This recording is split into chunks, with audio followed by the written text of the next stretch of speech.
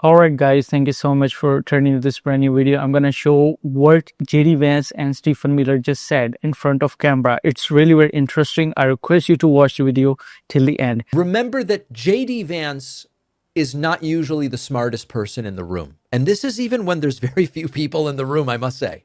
JD Vance met with attorneys general yesterday. And I can only imagine that even Donald Trump cringed when he saw this. Here is, first of all, before we even... My question is, who is very close to President Trump, JD Vance or Marco Rubio? Can you let me know in the comment section? Get to the substance. Here is JD Vance entering the room. And the crowd goes mild. Just nobody really seems to like JD. And by the way, there is audio playing here. It's just that this group of people is so quiet when Vance walks in that you might think the audio isn't working.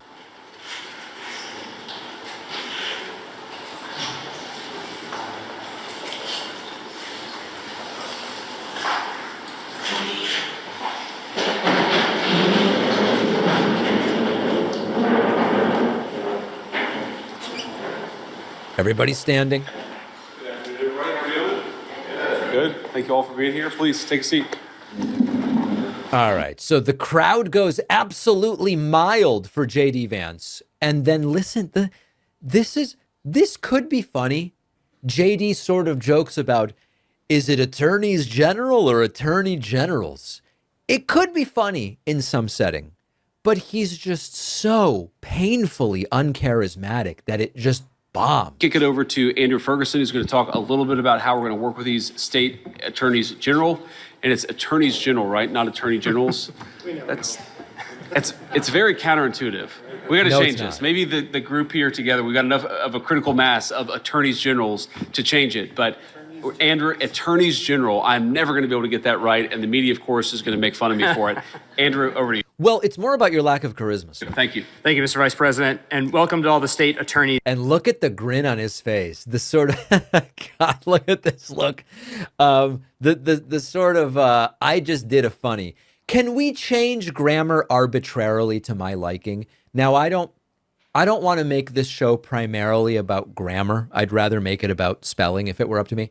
But here's the easy way to remember it.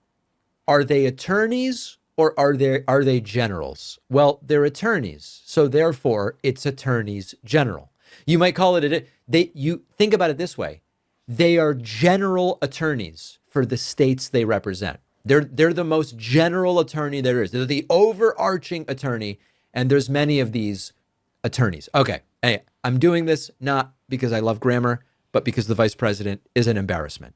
Then we get to the substance, and this is where, like, do they realize what they sound like? Here is JD doing his sanctimonious rant about how fraud is bad and we should want to get rid of it. It's a little bit ironic coming from a guy in this administration. And as I've said repeatedly, this should not be a partisan effort. Everybody should care about fraud. Everybody should care about rooting out fraud. Everybody should care about saving the American taxpayers' money. And importantly, everybody should care about actually protecting the programs that only work and are only properly funded if the money funding those programs isn't being stolen by fraudsters. So, well, we do care about fraud. That's why we want you out. That's why we want Trump and JD Vance gone. We're against the ballroom because we care about fraud. But Trump's favorite project is ballroom. Every Democrat person is against the ballroom, but one of the favorite and one of the top projects from President Trump is a ballroom. He's very excited for that. And if anybody is going against the ballroom, then President Trump is not going to like that person.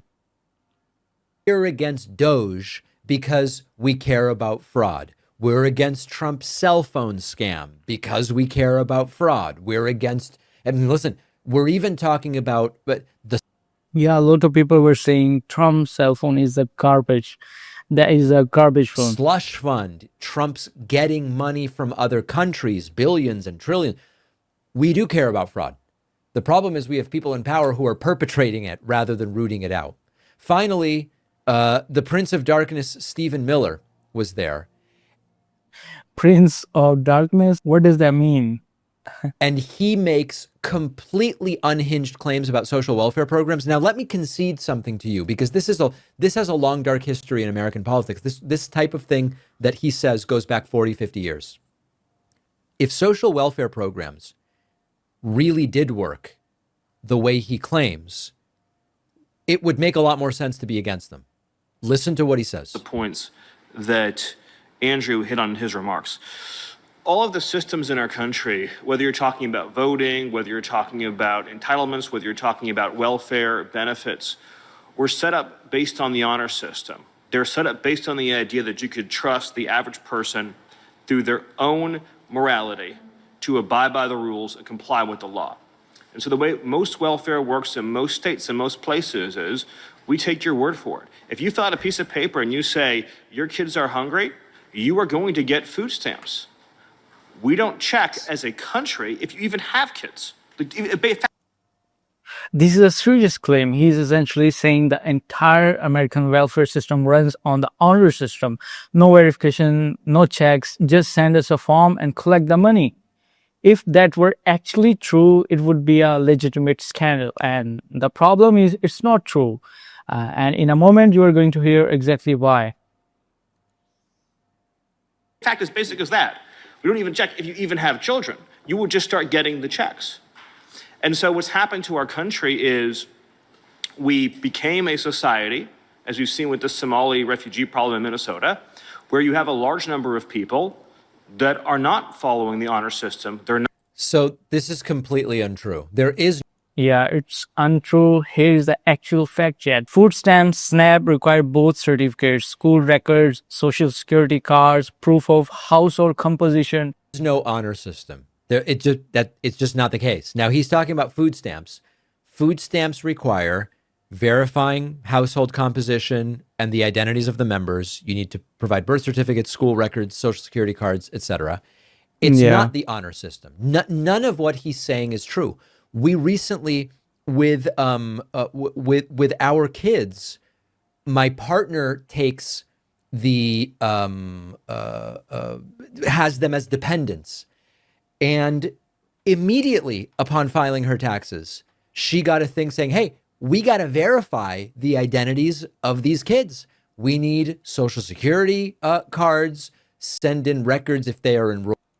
That's what I was saying. In any kind of daycare. It is so untrue. Now, if it were true that the way it worked is you sign up for whatever, food stamps, free health insurance, but there's no verification, child tax credits, all of it, and you just get the money, it would make a lot more sense to go, man, I'm skeptical of this program. I don't know if this is being run in the right way. Should there be more oversight? Sure. I love more oversight. With any program, you have a free rider program. You have to free rider problem. You've got to figure out what's the right amount of enforcement. And this is not unique to the United States. It's not unique to Somalis and whatever he's talking about in Minnesota with food stamps. With any program, you need to find the right amount of enforcement that is going to get the largest number of people to be honest and do enough sort of trust but verify to catch people that are not being honest. And this is a global problem with any kind of social welfare program, and it's been figured out. But he wants you to believe it's just the honor system. Everybody's lying about it, all this stuff. Well, I guess we should get rid of these programs, shouldn't we? Part of the lie is lying about what the programs even are to get people to be opposed to them. Yeah, exactly. Stephen Miller stood in front of whole room. It was full of state attorney general and he actually described American welfare programs as basically an open checkbook with zero verification. That's factually incorrect. And it matters that it's incorrect because the argument being built on top of their false foundation is these programs are broken, fraudulent, and should be cut. If you can get people to believe the premise, the conclusion follows naturally. That's the political strategy, in my opinion. The actually policy debate, how much verification is enough? How do you balance access with oversight? That's a real conversation worth having. But you can have it honestly if the starting point is fabricated. What's your opinion? let me know in the comment section, guys. I request you to please click on the subscribe button. If you just came for the very first time on my channel, click on the subscribe button, be an initial subscriber for my channel. It actually helps me a lot when you click on the subscribe button. What are your random thoughts? What are your statement? Let me know in the comment section, guys. I'll bring more important videos for you. Till then, please take care of yourself.